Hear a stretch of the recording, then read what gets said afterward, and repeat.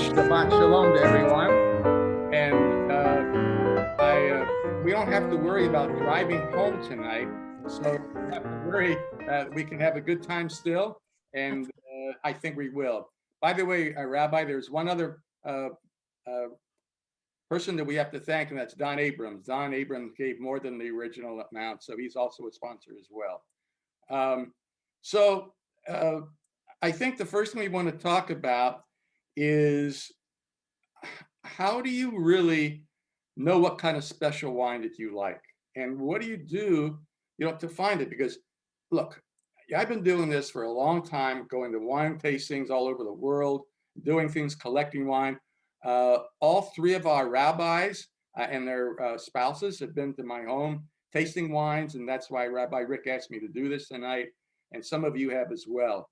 So I tell everybody, this is what you like. Wine tasting is what your palate likes. It's no one has a reference as far as what you like. And I always tell everybody that each of you are a wine connoisseur. I've been collecting for a long time, as I said, and I'm a wine connoisseur. And I always spell that Connoissewer, connoisseur. So you all can be a wine connoisseur, okay? Well played, Jerry. Well played. Well played. Okay, so we're all wine connoisseurs tonight, okay? So, wines can be sweet, they can be rich, they can be sour, they can taste like raspberries and plums. All these different tastes are there for these wines.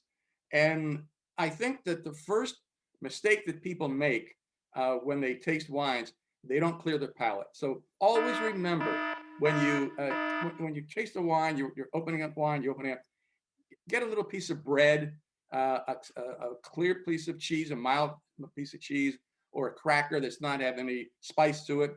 Clear your palate. Okay. Now, the worst thing you can do is you take your glass and then you just gulp a big sip and throw it in your mouth. Okay. That's not the way to do it. You take your wine glass and take a little sip. Take a small sip. That's going to take your palate and clear it. The next thing you do is take it again. Take another sip, a larger sip, and don't just let it go down. Every wine has flavor to it. You can taste, if you let it in your mouth, you can taste some of the earth, and you can taste what the wine really tastes like, because all of the flavors come from the earth. And you can taste grapes, you can taste raspberries, you can taste cherries, you can taste plums, you can taste dust, you can taste dirt, tobacco, chocolate. I mean, really, if you learn to do those things, you can really taste some amazing, amazing things. What are some of the most wonderful wines that you can try and do? There's just so many. I mean, you've got Pinot Noir, Cabernet, Syrah, Chardonnay. What about Zinfandel, Merlot, Syrah, and Petit Syrah? Does anybody know the difference between Syrah and Petit Syrah? There's a big difference. And it's a misnomer because Petit Syrah is even richer tasting than Syrah. Try it. It's a wonderful wine. It's rich. It's got some spice to it. So when you're looking for a wine to try Petit Syrah. You'll love it. There's wines from every country. There's wines from France or from Spain, from even Israel has some great wines. If you can find some of the good wines. We've been to some of the wineries in Israel. They do make some nice wines. How many states do you think make wines in the United States? Anybody have a guess? Rick, can you ask him, how many states do you think have wineries in the United States of America and sell wine? I'll answer. They're going to put it in the chat. Mickey says 50. Mike Gelman says 8. Okay. Else 50. Joe Bedell says that. I say 12. All right. Alex says 12. 49. Linda Stones. Every state. Stuart Wolf. What do you think, Jer? Every state has a winery, including Hawaii and Alaska. Alaska has some amazing ice wine. And it's made with, the grapes are frozen. It's a very delicious aperitif. As you know, if you've been to Hawaii, Hawaii has even pineapple wine. So you really have wine from every state that you can find. Now, one of the things I want to tell you tonight about is how can you find some really good deals on wines? Right now, as the hotels are closed, the restaurants are closed, there are some amazing wine deals out there that you can get. You can even have your own personal wine tasting delivered right to your house. You don't have to go anywhere, or you can do a curbside pickup. Um, I'm going to tell you tonight, if you want to get up a piece of paper and a pen, it's Shabbat, but you can write. I'm telling you, you can write. We're Reform. I'm going to give you some really good information about where you can get some of the best wine deals that are going on right now. And I don't get paid for this stuff. I buy it there, so I can tell you. Okay. The first place that I will recommend is the Wine Exchange. It used to be over in Tuscany, now it's Santa Ana. And it is an amazing place because online, they probably are the largest deliverer and supplier of wine online around the United States. Their web address is just winex, WIENX.com. And you can go to their homepage and you can go to the bottom and you can sign up. They have a free email offering. Click on that button there at the bottom. You'll get some amazing offers from the Wine Exchange. I'm going to show you a couple of offers that I got in the last, I don't know, maybe a year or so, a couple of weeks ago. Jerry, is it true that if we tell them that we know you, we get even a better deal? Oh, you might get it. You know, you might, but they all know me there, and I could tell you. But I want to show you a wine. Okay, here's a wine. This is a wine from Bordeaux. It's a 2015. I happen to like Bordeaux. I like the Bordeaux. You know, is a drier wine. It's not like the California wines, but if you can find a Bordeaux that's very smooth and rich, it's amazing wine. It's so wonderful. This wine is a 2015 Bordeaux. And the other thing I like about Bordeaux is you can ask and find Bordeaux that have a lot of Merlot grapes in it. And that is amazing to have. This is called Esprit Pavé from Bordeaux. It's a 2015. When I first tasted it, I thought, well, this is a $75 wine. I paid $19.95 for this bottle of wine. And I can tell you, it tastes like a $75 bottle of wine.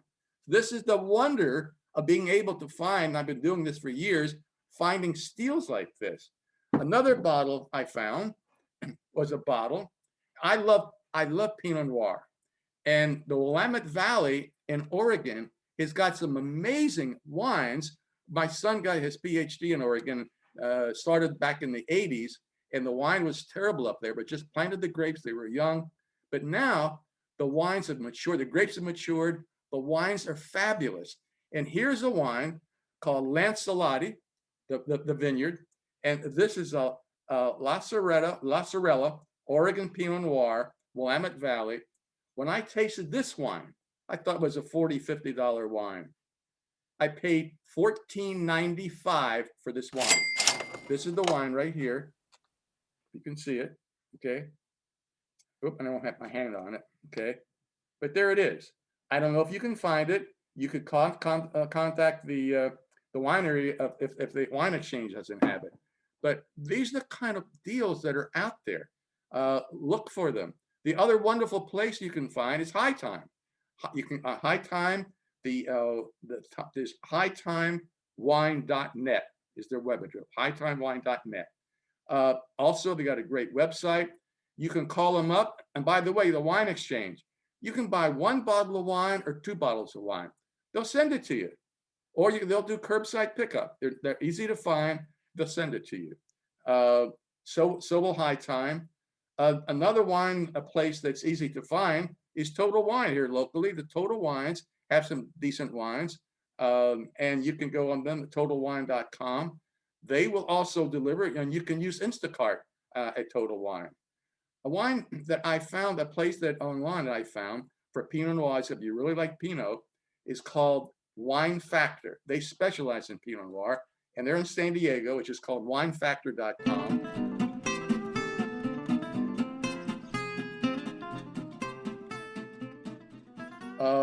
Now, what's the best way to keep a wine, and how do you store it?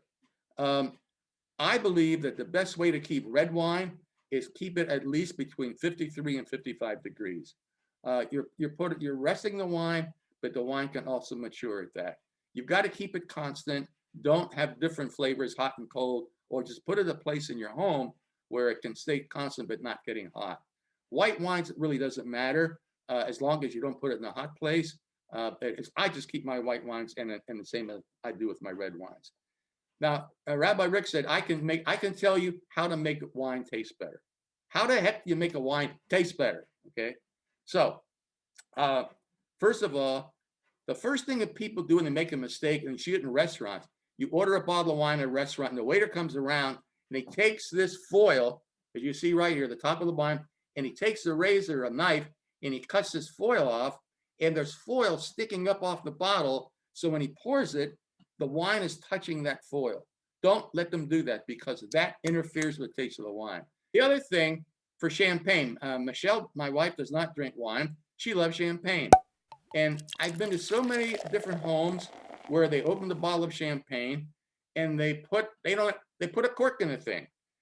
Always get one of these wine things. It's a wine stopper. It costs $2 and it keeps a bottle. You can keep a bottle of champagne in your refrigerator for a week or more. It'll stay there because of a wine stopper, like a champagne stopper like this. Okay, now Michelle just said it won't last for a week for Michelle. So anyway, how can we make wine taste better? All right, the first way is you take a decanter. You put the red wine in the decanter, you let it a couple hours, you can have a good wine. Nobody wants to wait really 2 hours to have a glass of wine when they open it. So what do you do? Okay, there's a very, very easy and quick way to do it. What you do, you open the wine, and don't forget, clear your palate. Okay, you pour the wine in a glass, in your wine glass, and don't pour more than a third of a glass, at tops a half a glass, all right? Take an empty glass, and then you pour the wine from your glass into this glass, and keep pouring it back and forth for about 3 or 4 times, and let it bubble. You're going to get some, you're putting oxygen, you're waking the wine up, because half the wine has to breathe. You're letting that wine breathe with a lot of oxygen. After you've done it 4 times, let the bubbles sort of, calm down. Taste that wine again. Now, you've already tasted it the first time. You taste that wine again, and I will guarantee you that wine will really taste amazingly better and wonderful. There is one other way you can do it if you don't like to do the Jerry shake. You can do a little piece of ice. Take a piece of ice about the size of your fingernail, your thumb, and don't make it a thick piece, but a small piece. Take again your 1/3 glass, sip it first, put the ice in there. What are you doing? Again, ice is H2O, oxygen. Put the ice in that glass, let it dissolve, and you'll see bubbles starting to form. There's the oxygen coming up. You can do that as well. As far as white wine to taste better, white wine is so different in taste to other people. Just take the white wine. If you don't like it, put a couple ice cubes in it. Just put a couple ice cubes in it. It gets really cold and it tastes delicious after 2 glasses. It'll taste much better after 2 glasses of wine. All right.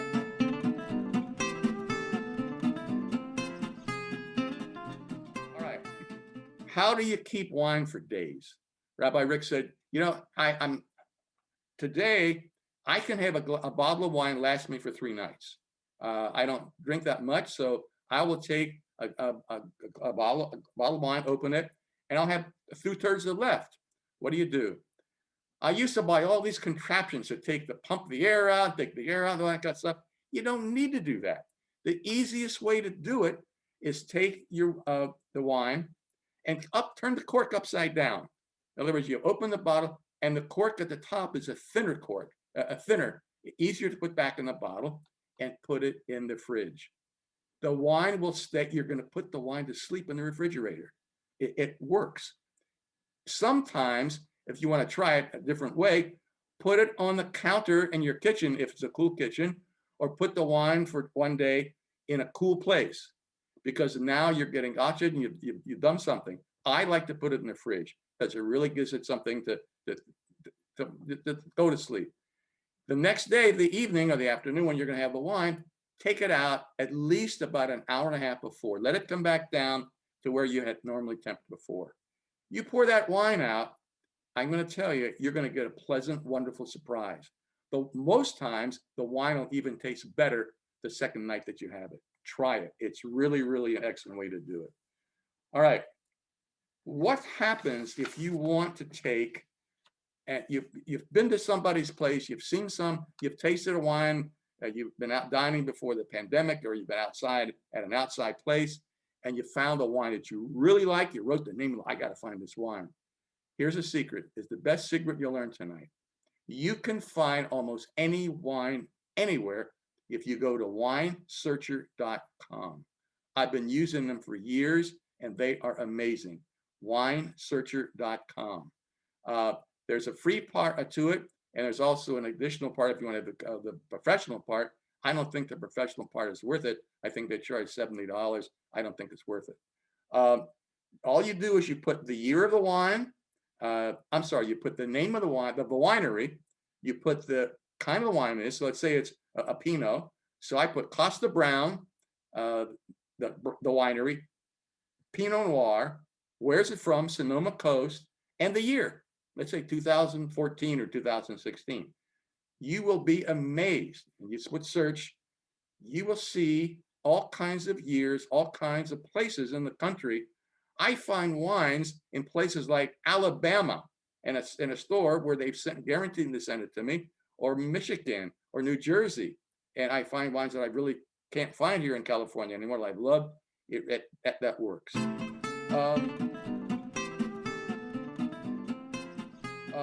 Some people say, Jerry, what are the kind of wines that you really like to have, or you get, and what you recommend? I do love Cabernets. I think most of my wines I care for are the Napa Cabs.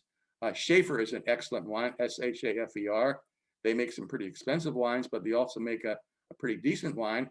It's called 1.5, and that's under $90, but it's a fabulous Napa Cabernet, 1.5 Schaefer. Phelps, as you know, makes Insignia, but Joseph Phelps also makes a very nice, just a regular Cabernet that I think you would like, and that's under $50. Paulmeyer makes a great wine. They started off with Chardonnays, but they also make fabulous Cabernets. And of course, Chateau Montelena. Chateau Montelena was the first major winery in California that came to the attention and beat France way back when in the 60s, early 70s. They started off with white wine, and there's a great movie that Chris Pine was in where he played the winemaker in that movie about Chateau Montelena. And then another one of mine is Vineyard 29.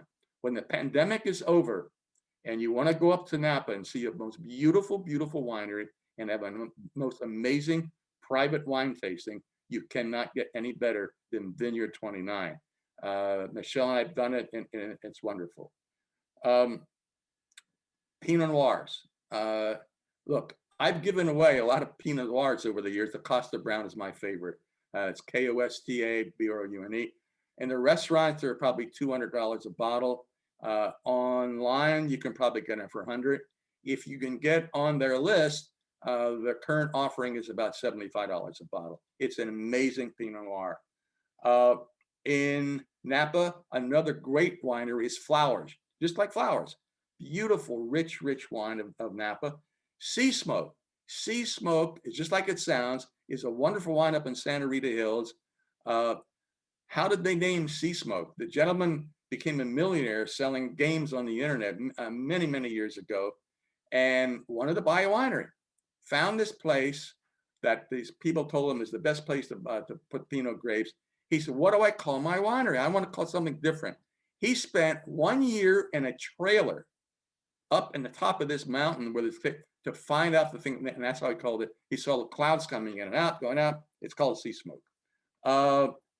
Archery Summit is another great winery that is in Oregon. Don't overlook the Oregon wines, especially in Willamette Valley. It's a wonderful place. They have so many good wines. And as I said, the one I showed you earlier this evening, it's from there. Santa Rita Hills, they've got some amazing. Any wines that come from there, try a bottle of Santa Rita Hills Pinot Noir. And any wine that you can try from the Russian River or Sonoma Coast up in the Central Coast and up there in California. All of those wines are wonderful, and that's exactly where Costa Brown comes from. And you can get some great deals. I found some $20 wines in those areas, some specials. Chardonnay. There's all kinds of prices for Chardonnay. I don't like to pay a high price for Chardonnay because you can get some good ones, really not too expensive. Walter Hansel, a great, great, great Chardonnay. It's expensive. It's $42 for Chardonnay at Sonoma. Another wine that's a favorite of Joy LePatner is the Sonoma-Cutrer. They have different varieties of it from $25 up to $32 or $35, but it's a great Chardonnay. And then I can tell you that I've served and people have loved it. It's a Chateau Saint Michel from Washington, and that wine cost $10.95. And it's whoops, did I lose myself here? Hold on. Am I back? There I am. You're good. You're good. I'm back. That is a great deal for $11.95. Okay. Could you comment on capped wine versus corked wine? I'm sorry, I couldn't hear you. On what?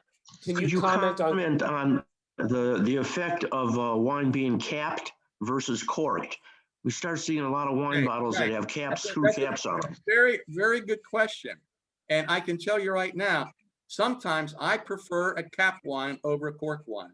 And what's the reason? The reason that you heard of a wine being corked, some of the times the corks actually go bad. And when the corks go bad, the wine is bad. I'm sure you've been in a restaurant sometimes where you've tasted the wine and the waiter, look, this is not a good tasting wine. Don't ever be afraid to send back a bottle of wine that doesn't taste right in a restaurant. But there have been corked bottles. You might buy a bottle that's been corked, overcorked, that cork goes bad. So if I can find a bottle of wine that has a screw cap to it, I'll buy it in a heartbeat because I think it stays better and sealed better. Gary, Yes. this is Randy. Hey, Randy. on white wine or champagne, if I don't have enough room in my wine fridge, would it be better to just keep it in a cool place in the house or put it in a refrigerator in the garage? It's up to you. Champagne, as you know, if you go to any liquor store or place, champagne can be stored on the floor. You've seen it there. They do keep champagne in cold places as well. The best place to do when we have an extra refrigerator on our back deck. So when Michelle gets her champagne, we do put it in the refrigerator for storage. So what's the best way to do it? I would put it in the fridge because you want to keep it. You really want to keep it well. And Michelle's favorite wine, and it's not that bad, is Veuve. I mean champagne. Her favorite champagne is Veuve, and you can't go wrong. It's around $40 a bottle. But that's a very good question, Randy, and I think that you better off. You don't want to get champagne warm at all. It'll ruin the bottle. It'll ruin the champagne. To do something, I do some jazz and rock and roll. I'm going to start off with a song, classic jazz called Watermelon Man.